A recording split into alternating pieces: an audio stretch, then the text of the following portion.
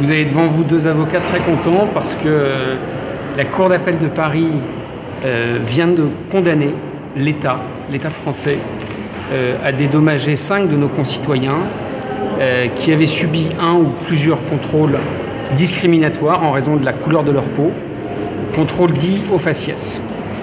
Cette condamnation est une première en France. La Cour d'appel a jugé premièrement qu'un contrôle au faciès, un contrôle discriminatoire, constitue une faute lourde, donc de nature à engager la responsabilité de l'État. Et deuxièmement, que dans 5 des cas que nous avions portés à sa connaissance, l'État n'avait pas été capable de justifier les raisons objectives de ce contrôle, et que donc, la Cour rappelant les statistiques montrant que lorsqu'on est supposé noir ou arabe, on a entre 11 et 15 fois plus de chances d'être contrôlé que quand on est blanc, en conséquence de quoi les contrôles étaient bien discriminatoires. Nos clients ont obtenu chacun une somme de 1 500 € par contrôle, qui en droit français est une somme tout à fait plus que symbolique. Je voudrais ajouter que c'est une grande victoire pour nous, pour nos clients, mais c'est aussi une grande victoire pour tous les gens, et notamment les jeunes gens d'origine africaine et nord-africaine, qui sont chaque jour contrôlés sur le territoire, essentiellement en raison de la couleur de leur peau.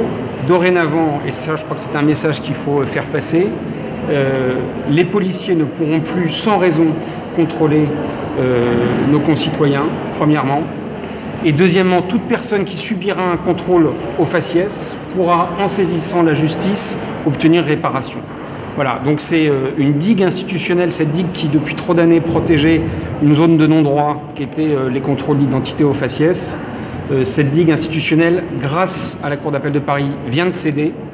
Et je crois qu'on peut relever que la Cour d'appel a fait prévaloir l'état de droit sur toute considération politique. La Cour d'appel a fait une analyse au cas par cas, et dans les autres cas, elle a considéré, ce que nous allons peut-être contester devant la Cour de cassation, nous verrons, que les contrôles pouvaient avoir été justifiés par des circonstances liées soit au quartier, soit à la personne contrôlée. Ça nous paraît très contestable, nous verrons ce que nous allons faire. On ne peut pas rentrer dans le détail des 13 arrêts. Ce qui est certain, c'est qu'il y a pour la première fois cette condamnation civile contre l'État, et ça, c'est vraiment nouveau. Ça n'était jamais arrivé, et c'est le début de la fin des contrôles au faciès.